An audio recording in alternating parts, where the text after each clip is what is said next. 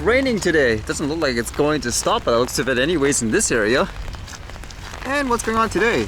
More stories here, I guess, about prisons and drones dropping, I guess, illegal items. How about this one's actually here in the province apparently. It says, drugs at BC prison insane with multiple drone drops daily, says union boss. As it says here, a union leader says a prison in British Columbia's Fraser Valley is experiencing an insane drug problem with drones making multiple deliveries to prisoners each day. John Rando, regional president of the Union of Canadian Correctional Officers, says staff at the Mountain Institution in Agassiz are exhausted from handling the non-stop drone drops and overdoses among inmates. The union says in a statement that officers seized almost 200 grams of crystal meth and other drugs at the prison on Wednesday. And as they say, there have been at least 2 fatal overdoses in the prison since mid-October. I'm still wondering, how hard is it to actually catch people flying drones if they're doing it over and over again? You've seen how simple it is for me, for example. If I see a drone flying around, I can locate the operator in a couple of seconds usually, unless they're really far away. But if they are far away, I would imagine I'd be able to follow them with my own drone as well. So it makes you wonder why they just don't do that. I would think too, if there's been that much of an issue, you'd have a little bit more security, I guess, in terms of monitoring the prisoners and all that. Either way, they say it's a big issue. Are they gonna demand more regulations and all that? Because around prisons, people aren't supposed to fly around them anyways. And here's an example: a criminal is not gonna follow the rules or anything. And then this was kind of a fun, I guess, watch. I've seen it before actually, I believe, unless it's a different one, where it shows people using drones to transport, it looks like, cups of beer. And this one says, in the near future, most of the drinks in Vegas will be delivered via autonomous drone.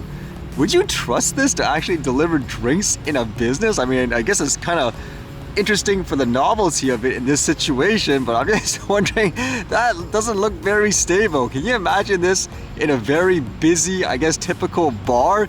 People are even joking apparently when you're reading the comments that someone will actually just steal it, for example. Like this one says here, what? If only humans can be trusted with such service, may work in certain locations but not applicable to a wider public yet. And that's true. At the same time, I guess it's like they say, you have to start somewhere. Would you be, I guess, okay with drones like these in a bar, for example, flying around? And this was an interesting piece of news. I've heard this topic before here, where apparently when it comes to things like food banks, they're having an issue because international students, they say, have been taking food when really they shouldn't. And because of that, apparently some places are explicitly saying no international students, which is kind of, I guess, raising some kind of debate. This one here says, no international students as needs grow, Brampton Food Bank turning some away. A Brampton food bank has decided to close its doors to international students amid an overwhelming demand it says it can't meet.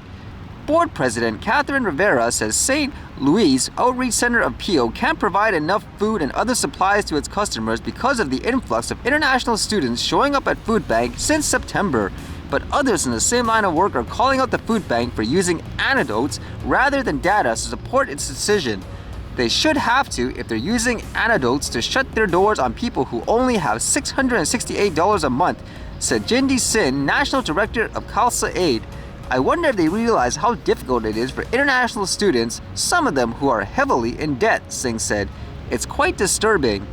So you can see basically the sign that's posted there, and the argument is when you're an international student, you're supposedly supposed to demonstrate that you could manage things financially. Saying here, Rivera says students are required to show funds for their first year before coming into Canada and hence should not be relying on food banks. We get groups of 3, 4, sometimes 9, 10 with their backpacks ready for free stuff. We tell them we can't feed you, you're responsible for yourself and your family. And again, I read about this before. For example, there were even people creating like reports and videos about that, like this one here saying international students are abusing food banks and bragging about it, where there are a bunch of people, as it seems, are showing you, hey, look how you can get free stuff, I guess, when you're in Canada as a student. Like the title of this video, free grocery, mattress, and blanket for international students in Canada.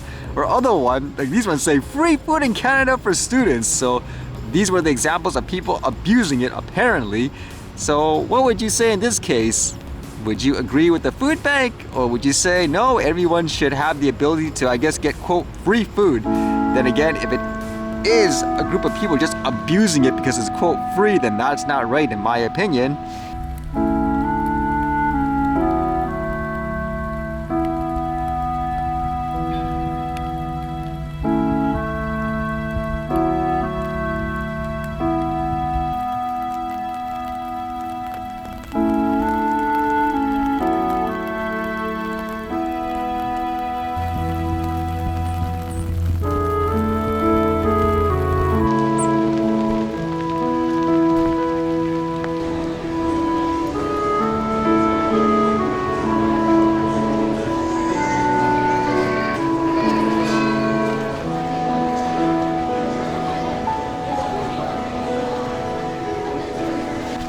No sign of the rain stopping today, I guess, huh?